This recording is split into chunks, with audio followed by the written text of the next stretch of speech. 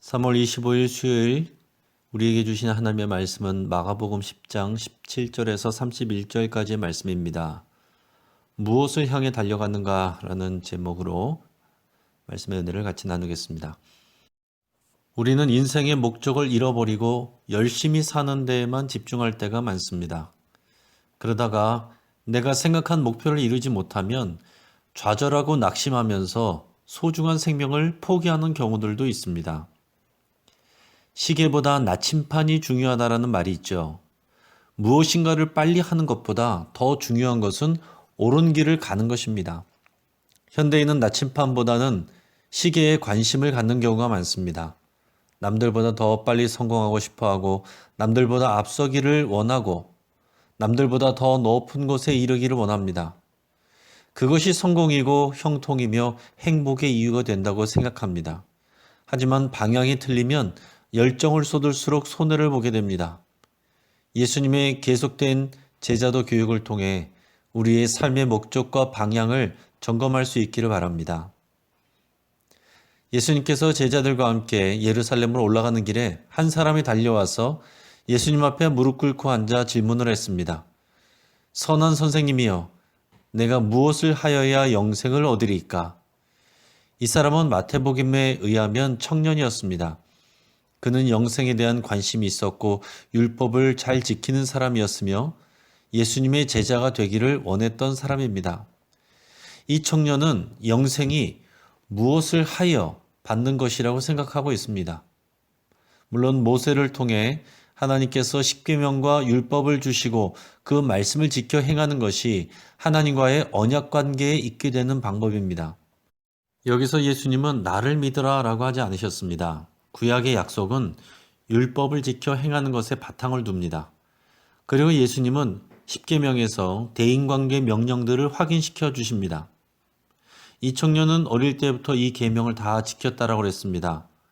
그것은 교만이 아닙니다. 율법을 어기지 않기 위해서 많은 노력을 한 것으로 보입니다. 그런데 예수님은 한 가지 부족한 것이 있다고 말씀하십니다. 그것은 또 다른 계명을 지키는 문제가 아닙니다. 그 한 가지란 것은 십계명과 율법의 근본 정신을 말하는 겁니다. 십계명과 율법은 하나님 사랑과 이웃 사랑으로 요약됩니다. 이 십계명과 율법의 근본 정신은 사랑이에요. 하나님을 가장 사랑하여서 이웃을 사랑하는 것입니다. 하나님을 사랑하는 것은 하나님 이외의 것을 하나님처럼 사랑하지 않는 것을 의미합니다. 하나님을 사랑하지만 다른 것도 사랑한다면 그것은 진정으로 하나님을 사랑하는 것이 아닙니다. 예수님은 이 청년이 부자인 것을 알고 계십니다. 이 청년에게 자신의 재물을 다 팔아 가난한 자들에게 주라고 하십니다. 그러면 하늘의 진정한 보화가 주어진다고 하셨습니다. 그리고서 예수님을 따르라고 하십니다. 하지만 그 청년은 결국 슬픈 기색을 띠고 근심하면서 떠나갔습니다. 예수님의 제자가 될 수 있는 절호의 기회를 놓친 것입니다. 예수님이 너무 가혹하신 게 아닐까요? 하지만 예수님은 이 청년이 십계명과 율법을 지키면서 종교 생활을 잘하고 있지만 그 마음의 중심에 하나님이 계시지 않은 것을 지적하고 계신 겁니다. 그 청년 마음 중심에는 하나님이 아니라 자신의 많은 재물이 자리 잡고 있었습니다. 예수님은 하나님과 재물을 겸하여 섬길 수 없느니라 라고 하신 적이 있으십니다. 우리 인생의 주인은 하나님 한 분만이어야 됩니다. 우리 인생의 목적은 재물이 아니라 하나님과 하나님 나라여야 합니다. 모든 사람이 자기 재물을 팔아서 가난한 사람들에게 줘야 하는 것은 아닙니다. 문제는 이 청년의 마음의 중심에 하나님 대신 재물에 대한 사랑과 욕심으로 가득 차 있었다는 것입니다.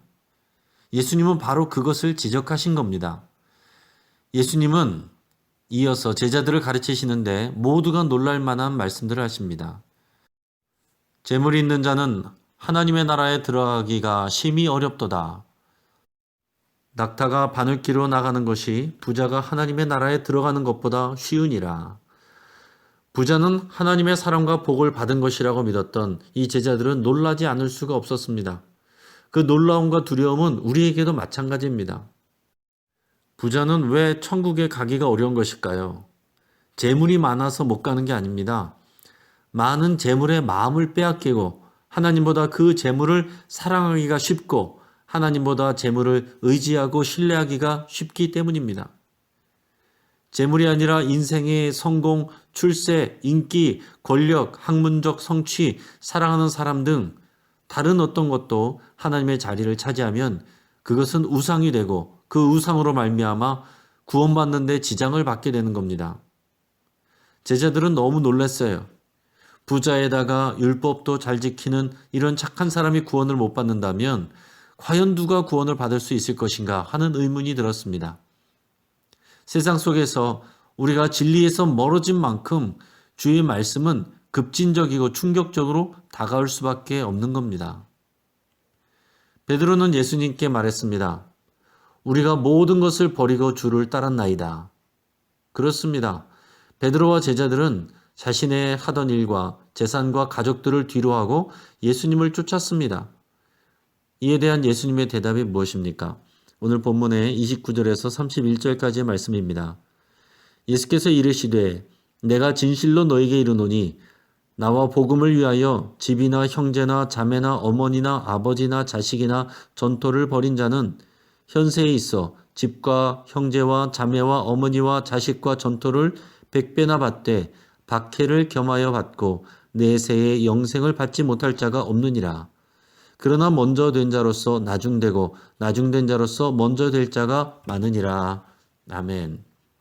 자, 이 예수님의 대답에서 우리가 알 수 있는 것들이 있습니다. 자, 첫째는 우리 인생의 목적은 재물이나 성취가 아니라 예수님과 하나님 나라 복음이다라는 겁니다. 자, 둘째는 예수님께 자신의 삶을 드린 자는 영생을 받을 뿐만 아니라 현세에서도 복을 받습니다. 자, 세 번째, 그런데 제자로 부름받은 우리 그리스도인들은 복과 함께 박해도 겸하여 받습니다. 그러므로 예수님을 믿는다는 이유로 복받기만 바라고 부자가 되기만을 바라서는 안 되는 겁니다. 그것이 우리 인생의 목적이 아니기 때문입니다. 우리가 복을 받기도 하지만은 그리스도인이기 때문에 박해를 받고 어려움을 당하는 일도 있을 수 있다는 것이죠. 자, 네 번째는 하나님 나라에서는 순서가 바뀔 수 있습니다. 이 땅에서는 계급과 계층이 쉽게 바뀌지 않습니다. 금수저의 자녀들은 대부분 금수저의 삶을 삽니다. 흙수저의 자녀들은 대부분 열심히 하면 조금 더 나은 흙수저의 삶을 삽니다. 이 땅에서는 가진 자와 힘 있는 자들이 서로 연결되고 나머지 사람들을 소외시키는 경우가 많습니다. 하지만 하나님의 나라에서 하나님의 평가는 이 땅의 것에 구애받지 않으십니다. 오직 예수님과 하나님 나라의 복음을 위하여 어린아이 같은 믿음으로 신뢰하고 순종하였는지를 통해서 하나님은 사람들의 인생을 평가하십니다. 이제 말씀을 정리합니다. 예수님은 제자들에게 재물보다 하나님을 더 사랑해야 함을 가르치십니다. 하나님을 사랑하고 그 사랑으로 이웃을 사랑하는 그 삶이 중요하다라고 가르치십니다. 예수님과 하나님 나라 복음을 위하여 희생하는 자는 하나님 나라에서 반드시 보상을 받습니다. 인간은 재물을 복으로 받기 원하지만 그 재물의 마음을 빼앗기면 더 소중한 영생을 놓칠 수 있다는 것을 기억해야 됩니다. 하나님 나라에서는 이 땅의 평가와 서열이 달라지게 될 것입니다. 이 말씀이 우리에게 절망이 아니라 소망이 되기를 축복합니다. 이제 말씀을 붙잡고 함께 기도하겠습니다. 돈보다 하나님을 더 사랑하고 나 자신보다 이웃을 더 사랑할 수 있기를 위해서 기도하겠습니다. 예수님과 하나님 나라 복음을 더 알아가고 평생 예수님과 복음을 목적으로 삼고 살기로 여러분 그렇게 결단하며 기도하시기 바랍니다. 이 땅에서 잘되고 못되고는 중요하지 않습니다. 하나님 나라에서는 하나님의 기준에 따라서 새롭게 서열이 결정되게 될 것입니다. 잠시 살다가 난 이 땅에서의 서열이 아니라 하나님 나라에서의 서열을 소망하며 믿음으로 살기를 결단하시기 바랍니다. 배우자와 자녀들이 부자 청년처럼 되지 않고 부족해도 제자들과 같이 되기를 위해서 함께 기도하겠습니다.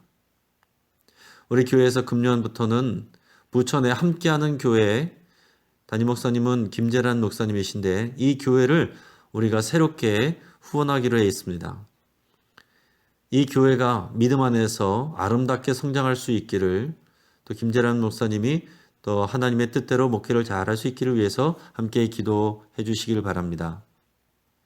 마지막으로 이 어려운 때에 혐오와 차별이 아니라 긍휼과 연합의 정신으로 세상을 치유하는 교회가 될 수 있기를, 그런 한국교회, 우리 영신교회가 될 수 있기를 위해서 함께 기도하겠습니다.